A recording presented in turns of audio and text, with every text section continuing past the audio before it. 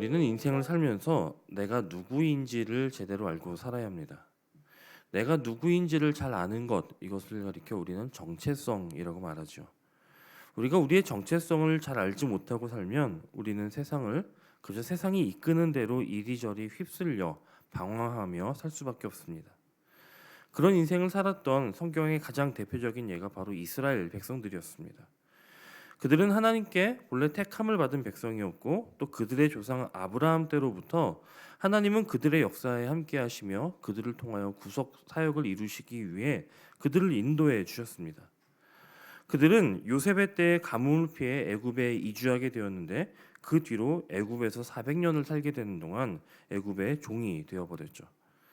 400년이라고 하는 오랜 시간 동안 종 생활을 하면서 이스라엘 백성들은 자기들이 누구인지를 망각하게 되었고 진짜로 자기들이 종인 줄로만 알고 살게 되었습니다.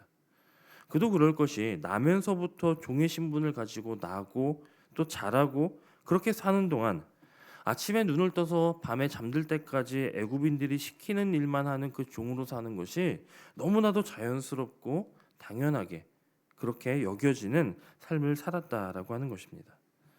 하지만 앞서 말씀드렸듯 본래 그들은 그렇게 지음받고 택함받은 사람들이 아니었습니다. 애굽의 종살이를 하라고 하나님이 그들을 그렇게 지으시고 인도하신 것이 아니라는 것이죠.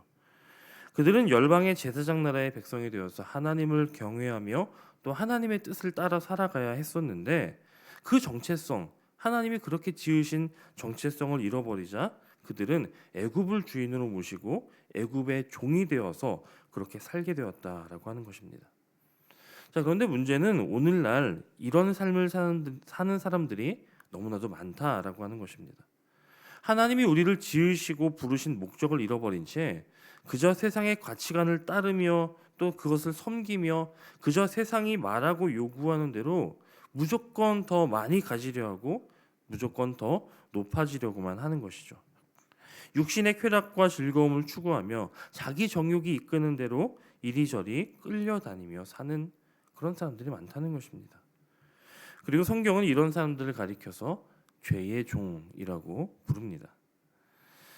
사실 아담의 범죄로 죄가 우리에게 들어온 이후 우리는 모두 이런 죄의 본성을 가지고 살게 되었습니다. 그래서 우리는 우리 스스로를 두고도 우리는 죄인입니다라고 겸허하게 인정하고 받아들이는 것이죠. 하지만 여러분, 우리의 원래 정체성이 죄인이었습니까? 아닙니다. 우리의 원래 정체성은 하나님의 형상을 따라 지음받은 그래서 거룩하신 하나님의 성품을 가지고 죄로부터 자유한 죄의 종이 아니라 죄로부터 자유한 존재들이었습니다. 하지만 하나님을 거역하는 죄를 범해서 하나님과의 관계가 끊어져 버리게 되자 그러자 우리는 죄의 종이 된 것입니다. 그리고 우리는 결코 우리의 힘으로는 이런 죄의 사슬로부터 우리를 메고 있는 그 죄의 사슬로부터 해방될 수 없었기 때문에 그저 죄를 지으며 죄의 종으로 살다가 죽음을 맞이하게 되고 그리고 죽음 이후에도 이 죄의 대가로 죄의 심판으로 영원한 심판에 빠질 수밖에 없는 그런 삶을 살게 되었다는 것입니다. 애굽의 종살이를 하던 이스라엘 백성들도 그랬습니다. 그들은 그들 스스로의 힘으로는 결코 애굽에서 구원받을 수가 없었습니다. 자유할 수가 없었습니다. 그래서 하나님은 그들의 역사와 그들의 삶에 개입하셔서 모세를 사용하심으로 이스라엘을 애굽의 손에서 구원하신 것입니다. 10가지 재앙을 비롯해서 놀라운 일들을 행하시고 또 어린 양의 피로 그들에게 생명을 주시며 그들을 애굽의 종이 아닌 자유인으로 하나님을 섬기고 경외하며 이 땅에 하나님의 뜻을 이루어가는 그런 존재로 바꿔주셨습니다. 이것은 엄밀히 존재의 변화라기보다는 원래의 정체성을 회복한 것이라고 말씀드릴 수 있을 것입니다. 이처럼 하나님은 지금도 죄의 종이 된 이 세상의 사람들을 죄에서 벗어나기를 원하고 계시고 또 지금도 원하십니다. 하지만 문제는 우리 스스로의 힘으로는 절대로 이 죄의 영향력, 죄의 사슬에서 벗어날 수 없었기 때문에 하나님은 이스라엘에게 모세를 보내셨듯이 우리를 죄에서 벗어나게 하시기 위해 예수 그리스도를 우리에게 보내주셨다라고 하는 것입니다. 그런데 우리가 죄에서 벗어나기 위해서는 반드시 죄의 대가를 치루어야만 했습니다. 그리고 이 죄의 값은 죄의 대가는 바로 사망입니다. 그래서 예수님께서 이 땅에 오시면서 그냥 오신 것이 아니라 우리의 죄의 값을 치르시기 위해 십자가에서 죽으신 것입니다. 그리고 이 사실을 믿는 사람만이, 이 사실이 나의 삶 가운데 일어난 것을 고백하는 사람만이 그 죄의 삭을 지불받아 죄 사함을 받고 더 이상 죄의 종으로 사는 것이 아니라 자유인으로 살게 되는 것입니다.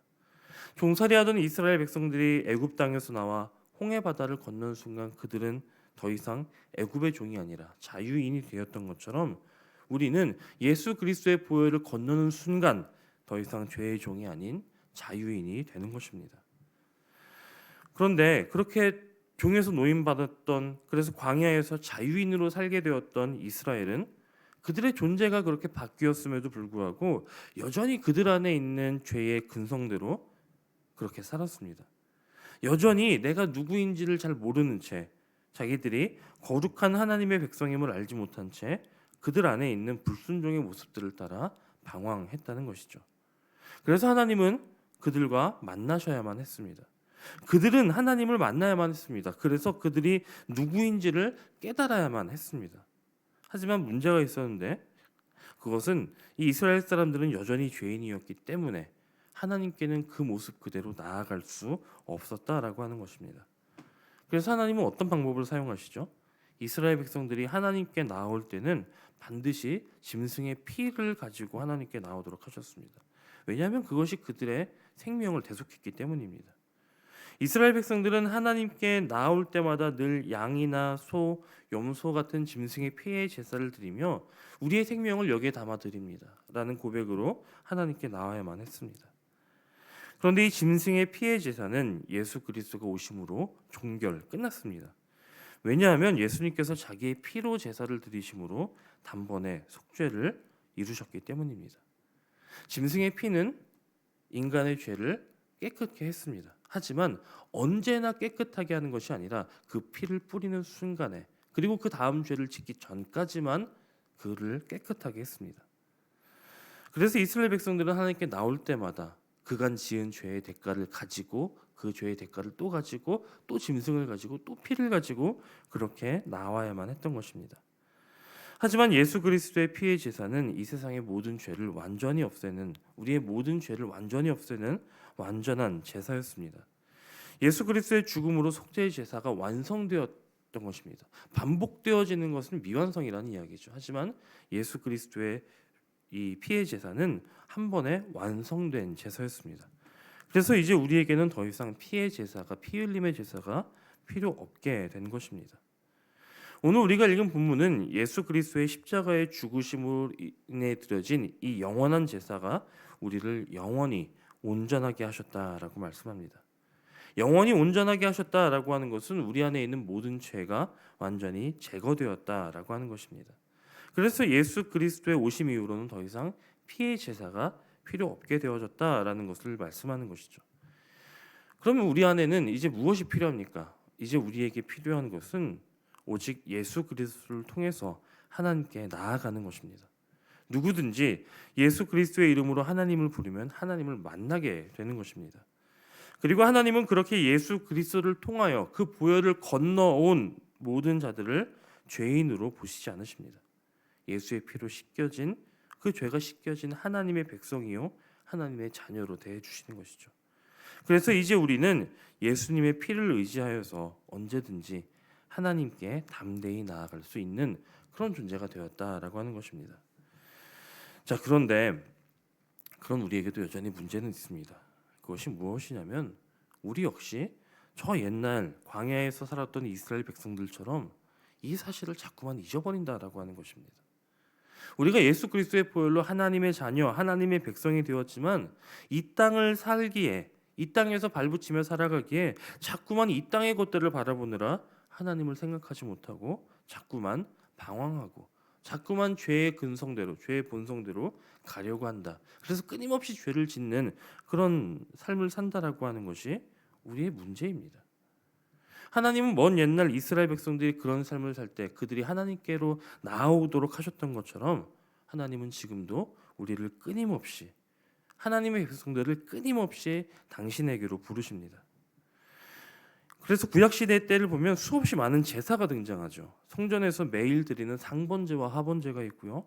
안식일이면 7일마다 한 번씩 안식일 제사를 드렸고, 매 달의 첫날에는 월삭제를 드렸고, 1년에도 3번씩 유월절, 칠칠절, 초실절, 절기를 지켰습니다. 그리고 이런 제사의 때가 되면 이스라엘 백성들은 성전에 모여서 하루 종일 혹은 일주일 내내, 2주일 내내 그렇게 하나님께 제사를 드렸습니다.